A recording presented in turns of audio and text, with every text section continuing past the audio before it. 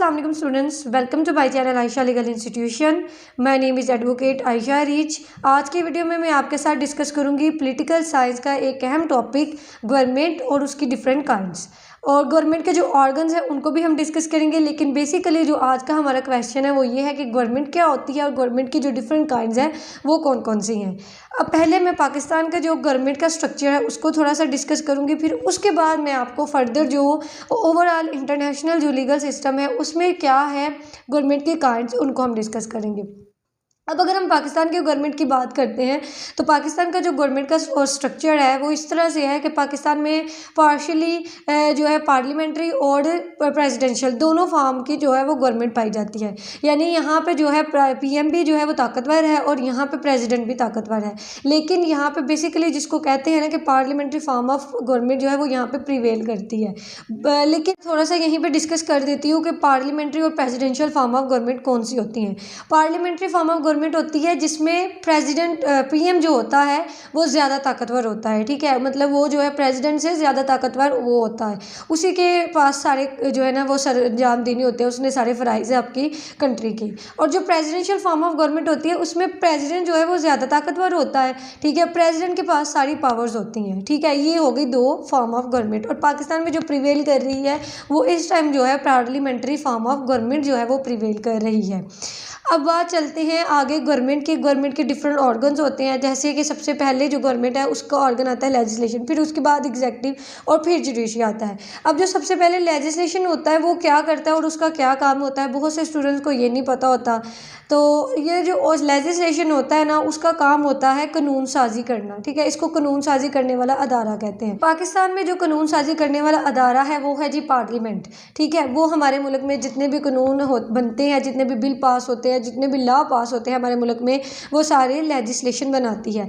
अब उसके बाद बात आती है कि एग्जेक्टिव क्या काम करते हैं। एग्जेक्टिव एज ए हेड जो है जी वो लॉ को इम्प्लीमेंट करवाता है स्टेट के अंदर, यानी कि मुल्क में जितने भी लॉ नाफज होने हैं वो किसने करवाने हैं, वो एग्जेक्टिव डिपार्टमेंट ने करवाने हैं। अब हमारी पार्लियामेंट जो है वही हमारा लेजिस्लेशन ऑर्गन भी है और वही हमारा एग्जेक्टिव ऑर्गन भी है। अब उसके बाद आती है जुडिशरी। जुडिशरी क्या काम करती है, जुडिशरी पनिश करती है उन लोगों को जो कि लॉ को फॉलो नहीं करते हैं।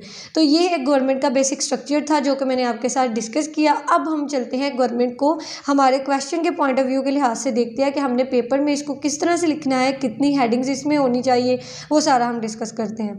सबसे पहली हेडिंग आपने देनी है इंट्रोडक्टरी लाइन, जिसमें आपने लिखना है that government is the system of group of system governing people, यानी कि ये जो ग्रुप ऑफ पीपल होता है जो क्या किया जाता है कि लोगों को गवर्न करता है, लोगों को बताता है। अगर मतलब ये गवर्नमेंट ना होगी ना तो स्टेट में रूल ऑफ लॉ नहीं होगा। रूल ऑफ लॉ को इम्प्लीमेंट करवाने के लिए गवर्नमेंट का होना नेसेसरी है। अगर ये ना हो तो स्टेट में क्या होगा कि हर कोई अपने जो है वो इक़दार को मनवाने की कोशिश करेगा, जिसकी वजह से अदम इस्तेहकाम होगा और सोसाइटी जो है वो ख़राबी की तरफ चली जाएगी।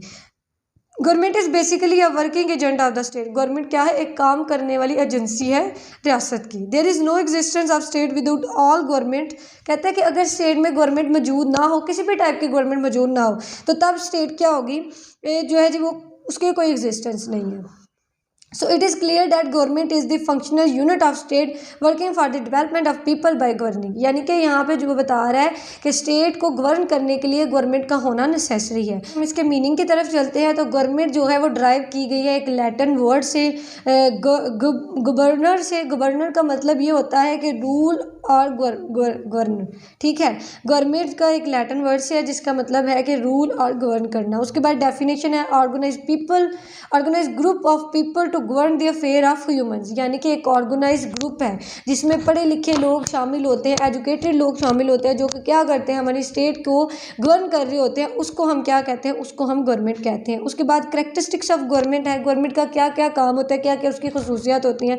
सबसे पहले है मेकिंग ऑफ कॉन्स्टिट्यूशन, यानी सबसे पहले जो गवर्नमेंट का काम होता है वो ये होता है कि मुल्क के लिए लॉ बनाना, मुल्क के लिए आइन बनाना, और उस आइन के तहत जो है गवर्नमेंट और जितने भी गवर्नमेंटल इंस्टीट्यूशंस होते हैं वो उसके अकॉर्डिंग काम करते हैं।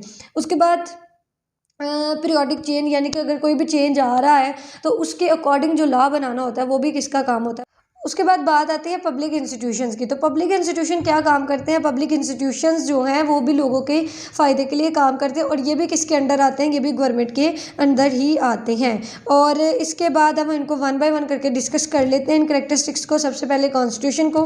Constitution is one of the major characteristics of a government. Government makes the rules through its branch, for example legislative and supreme law. अब यहाँ पे मैंने आपको पहले बताया था कॉन्स्टिट्यूशन क्या होता है, वो जी हमारे स्टेट का सबसे अहम तरीन लॉ होता है। अगर स्टेट में ये लॉ मौजूद ना हो तो स्टेट की कोई भी मतलब अफादियत नहीं होती। तो स्टेट में जो है वो एग्जिस्टेंस के लिए लॉ का होना ज़रूरी है। और हमारा लॉ जो है वो कौन पास करता है? लॉ लेजिस्लेटिव ऑर्गन पास करता है, जिसको हम पार्लियामेंट कहते हैं, जो हमारे लॉ के अकॉर्डिंग है। उसके बाद पीरियोडिक चेंज है।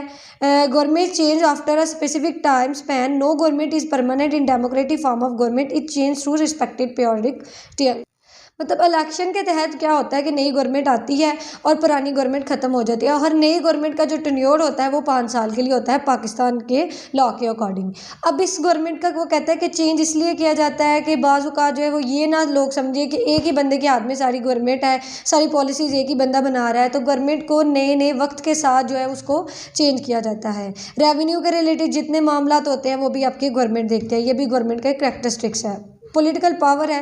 गवर्नमेंट जो है वो क्या करती है? होल्ड करती है पॉलिटिकल पावर। ये इंटरनल अफेयर्स को भी देखती है और एक्सटर्नल अफेयर्स को भी गवर्नमेंट देखती है। अब टाइप ऑफ गवर्नमेंट आ जाता है, ठीक है, जिसमें सबसे पहले आपका आता है जी, करेंगे टाइप्स ऑफ गवर्नमेंट। उसमें सबसे पहले आते हैं डेमोक्रेसी, फिर एरिस्टोक्रेसी, मोनार्ची, डिक्टेटरशिप और federal form of government, unity form of government, parliamentary form of government, presidential form of government. सबसे पहले डेमोक्रेसी क्या होती है ये मैं आपको बता दूं। It is the most popular form of government in present age. The concept of democracy come into existence in 5th century from then. The word democracy is derived from two Greek word demos and criteria, which means people and government respectively. In simple language it means government of the people. यहाँ पे ये बताया गया है कि democracy क्या होती है, जमहूरियत क्या है। जमहूरियत जो इस वक्त हमारे मुल्क में एप्लीकेबल है उसको हम क्या कहते हैं? डेमोक्रेसी कहते हैं। डेमोक्रेसी में क्या होता है कि ये 5वीं सदी में आया था। ये लैटिन वर्ड से ड्राइव किया गया, डेमोज और क्राटिया, जिसका मतलब होता है कि एक स्पेसिफिक गवर्नमेंट है जो कि लोगों के लिए बनाई गई है। Democracy is the government of people for the people and by the people. यानी इस लाइन का मतलब ये है कि जो गवर्नमेंट है वो लोगों ने बनाई है, लोगों की तरफ से आती है।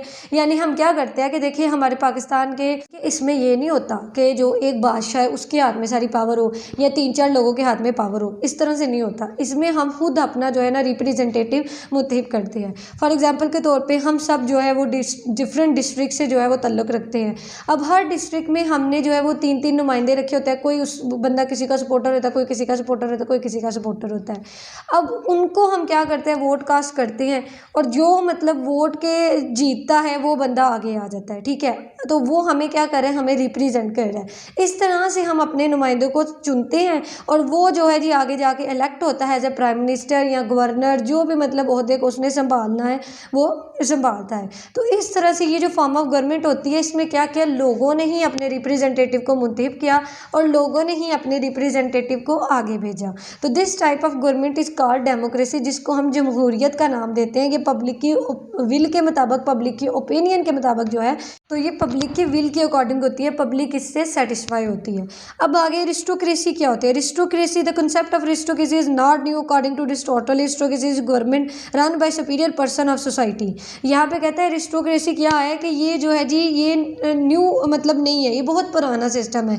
इसमें क्या होता है कि सुपीरियर पर्सन होते हैं सोसाइटी के अंदर, वो ही इसको रन कर रहे होते हैं, या सुपीरियर फैमिली कह ले या सुपीरियर ग्रुप ऑफ पर्सन कह रहे, वो ही क्या कर रहे हैं कि वो इसको चला रहे हैं। अब एरिस्टो का जो मीनिंग है वो क्या है? एरिस्टोस जो है वो एक मीन है, ग्रीक वर्ड है जिसका मतलब होता है एक्सीलेंट। क्राटोस मतलब पावर, यानी कि एक्सीलेंट पावर जो है वो एक पर्सन के पास है, वो गवर्न कर रहा है पूरी सोसाइटी को, पूरी रूलिंग कर रहा है। जैसे कि अगर आप देखो रोमन लॉ में तो 2 उनकी होती थी वो जो है जी कास्ट, जिसमें एक होते थे प्लेबियंस और एक पैट्रेटर्स होते थे, एक मतलब रिच और एक पुअर। अब रिच जो है वो गरीबों पर जो है वो हुकूमत कर रहे थे, तो इस फॉर्म को हम क्या कहेंगे? Aristocracy form. अब मोनार्ची की बात कर लेते हैं। तो मोनार्ची क्या होता है? मोनार्ची बहुत आसान है। ये जैसे बादशाहत का सिस्टम आप लोगों ने देखा होगा मुगल टाइम पे जो गवर्नमेंट का स्ट्रक्चर था, this is called monarchy form of government. A government having heredity chief of state with the life tenure and powers varying from nominal to absolute. Monarchy is the form of government in which all the power and function are controlled by a person or a group of person and these powers are used according to will